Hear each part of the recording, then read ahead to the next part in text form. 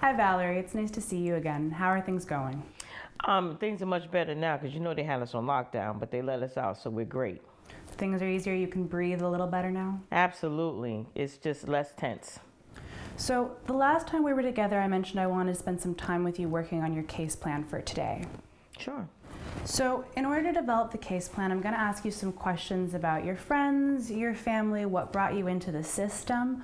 We're going to talk about the challenges you might face on the path to success, what your strengths are, and the people that can support you. How does that sound? I guess it's okay. So we have about an hour today. If at any point you need to take yeah, it's going to be an hour. But if you need to take a break, just let me know. If any of the questions make you uncomfortable or you feel like you'd rather not talk about it, let me know. Okay. So I'd like to start by looking more closely at what brought you into the system this time. Your most recent charge is for armed robbery. Can you tell me about that? That's a real good question because I don't even know why I'm here. I just needed some extra money and I wanted to be able to get some quick money. I ran in to intimidate this woman and get her to give me her money, and then now I'm here.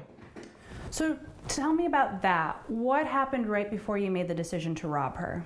Well, I think things were going downhill. They were all going downhill for me. I lost my job, and my mother was on my back, and I was using somewhat, and it just seems that my ex husband was after me for money, and everything just started to go to shit. So things felt like they were going really well for a time, and then they started to fall apart. Yes. So let's talk about when things were good. How long ago was that? That was about a year before I got discharged. I met Destiny, that's my girlfriend, and her and I just really hit it off. We met at the NA meeting, and we were in the rooms together, and she's wonderful. She was great to me. She's very supportive, and in NA you have to find somebody who's that partner to be supportive, and she has a wonderful family, and they also treat me very well. And as we started to meet each other, we started to go to the meetings, we slowly but surely became a couple. So she's really important to you, and she's stuck by you through this. Absolutely. She's always there for me, and she continues to be there for me now.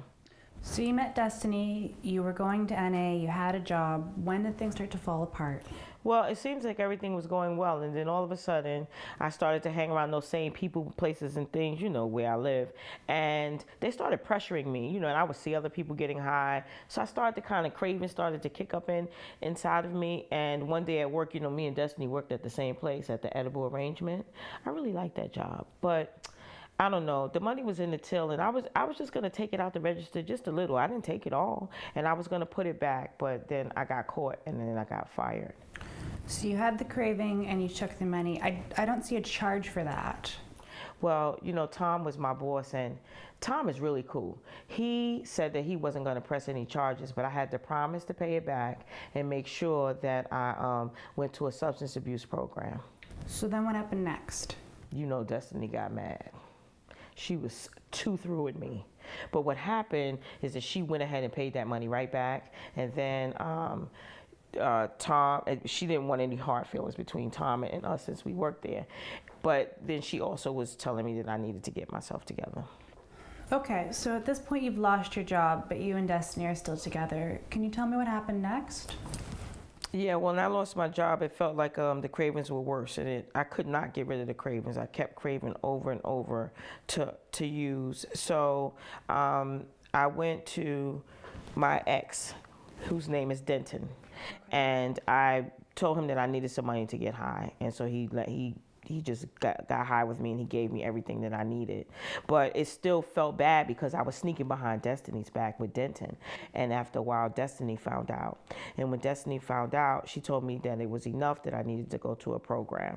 And I did. I went to a substance abuse program, and I have a counselor there. And that counselor was really, really nice to me, and I like her. And I had started to get back on track. And I started to not use, and everything seemed to be going a little bit better. So you're seeing your substance abuse counselor, things are going well? Yes, everything was going fine. And then all of a sudden, I felt the cravings again, and I went back to Denton's house. And at this time, Denton wouldn't give me any more free drugs. He told me that I had to pay my own way.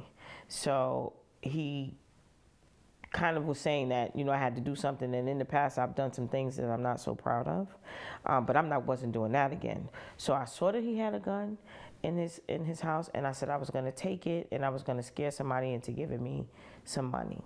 But I wasn't going to hurt them. I was just going to use it to scare them to give me the money. So I took the gun and I went outside. Okay, so tell me about that. You don't want to hurt anyone, but you have the gun, you're walking down the street. What were you thinking? I was thinking that the first person I saw, I was going to get their money and tell them, I was going to show them the gun and tell them to give me their money, and they would have gave it to me, and I would have been able to just walk away and tell them to go away, and I would just have it. But I wasn't going to, But I felt pretty powerful with the gun, though, so I was looking to see who I could find. So you felt like just having the gun would be enough to get what you wanted? Absolutely. So what happens next? Well, when I got outside, there was nobody outside. It was the middle of the morning, there was nobody out there, so I saw a store.